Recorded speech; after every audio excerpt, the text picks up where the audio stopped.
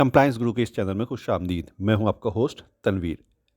दोस्तों, पिछले दिनों मेरे एक दोस्त की कॉल आई और उन्होंने मुझसे सवाल किया कि क्या हम प्रोविजनरी पीरियड को 6 महीने तक एक्सटेंड कर सकते हैं। तो मैंने कहा नहीं, लॉ में तो इसकी कोई गुंजाइश नहीं है। तो बात ख़त्म हो गई हमारी। तो मैंने सोचा कि हम प्रोविजनरी पीरियड को क्यों ना इस प्लेटफॉर्म के ज़रिए आपसे डिस्कस करें कि क्या प्रोविजनरी पीरियड 3 महीने तक ही है, क्या इसको 6 महीने तक हम नहीं कर सकते, और अगर नहीं कर सकते या 3 महीने तक ही है तो इसका जिक्र कहाँ हुआ है। क्या प्रोविजनरी पीरियड के दौरान एक वर्कर लीव्स ले सकता है, लीव्स ले सकता है तो कौन से ले सकता है, कौन कौन सी बेनिफिट का वो इंटाइटलमेंट है और क्या क्या वो नहीं ले सकता। तो हमने कहा कि ये अच्छी एक अपॉर्चुनिटी है, तो आपसे इस प्लेटफॉर्म के ज़रिए इसको डिस्कस किया जाए। तो आज का एपिसोड हमारा है प्रोविजनरी पीरियड और with respect to the in West Pakistan industrial and commercial employment standing order ordinance 1968 जो कि पंजाब में एप्लीकेबल है, और the same terms of employment standing orders act 2015 जो कि सिर्फ सिंध में एप्लीकेबल है के रेफरेंस से बात करेंगे। बाज़ाब्ता शुरू करने से पहले आपसे रिक्वेस्ट है कि इस चैनल को लाइक और सब्सक्राइब करना ना भूलें। तो चलिए दोस्तों, हमेशा की तरह मैंने दोनों लॉ यानी कि West Pakistan industrial and commercial employment standing order ordinance 1968 और the Sindh terms of employment standing orders act 2015 को साथ साथ लिख लिया है। दोनों लॉ को अगर हम गौर से पढ़ें तो इसमें कोई फ़र्क नहीं है। तो किसी एक लॉ को हम लेके चलते हैं। अच्छा, ये हमें मिलेगा क्लासिफिकेशन ऑफ वर्कर के सेक्शन 2 में, जहाँ पे ये प्रोविजनर का जिक्र मौजूद है। तो हम इसको पढ़ते हैं। A provisioner is a workman who is provisionally employed to fill a permanent vacancy in a post and has not completed 3 months service therein. If a permanent employee is employed as a provisioner in a higher post, he may, at any time during the provisionary period of 3 months, be reverted to his old permanent post. यानी कि इसमें शायद क्या क्या लिखा है, रखा दिख गया है, तो उसको मैंने रेड और बोल्ड कर दिया गया है। यानी कि एक ऐसा परमानेंट एम्प्लॉय की जगह पे जिसको आप रखते हैं किसी बंदे को और जिसने 3 महीने कंप्लीट नहीं किया है, तो वो प्रोविजनर कहलाएगा।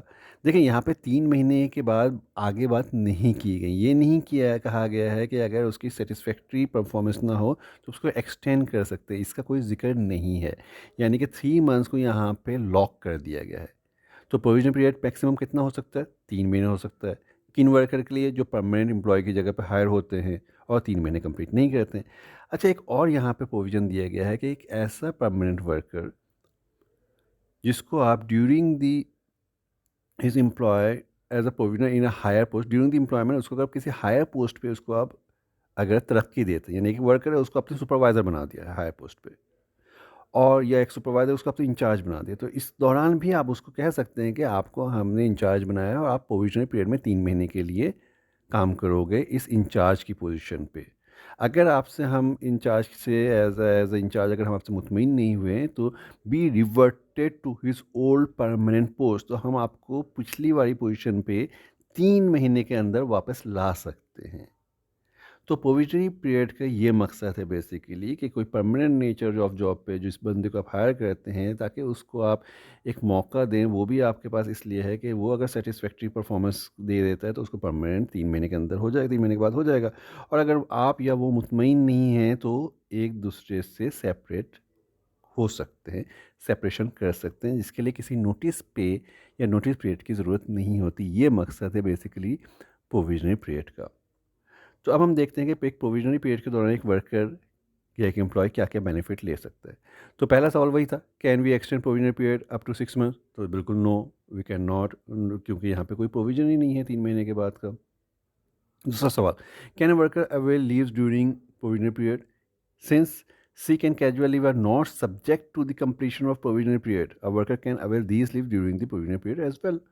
अब देखें ना, वो भी तो एक प्रोविजनरी पीरियड में है ना। जो एक पहले से ही 2 साल से जॉब कर रहा था वर्क, उसको अपने सुपरवाइज़र बना दिया और 3 महीने के प्रोविजनरी कर दी, तो क्या वो 2 साल बाद इस 3 महीने के दौरान क्या वो छुट्टियां नहीं ले सकता? बिल्कुल ले सकता है। या कोई एक नया वर्कर जिसको अभी 3 महीने भी नहीं हुए हैं, अगर उसको सिक या कैजुअल की ज़रूरत होगी तो वो बिल्कुल अवेल कर सकता है। हाँ, कंपनी पॉलिसी होती है जो कि लॉ के अंदर होती है, उसके अंदर रहते हुए ले सकता है।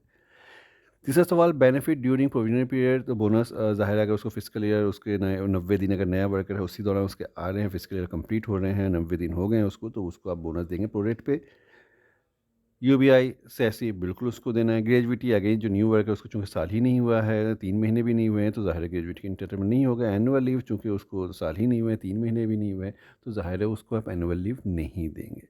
तो दोस्तों ये आज एक छोटा-सा एपिसोड था। उम्मीद है कि आज का एपिसोड आपको पसंद आया होगा।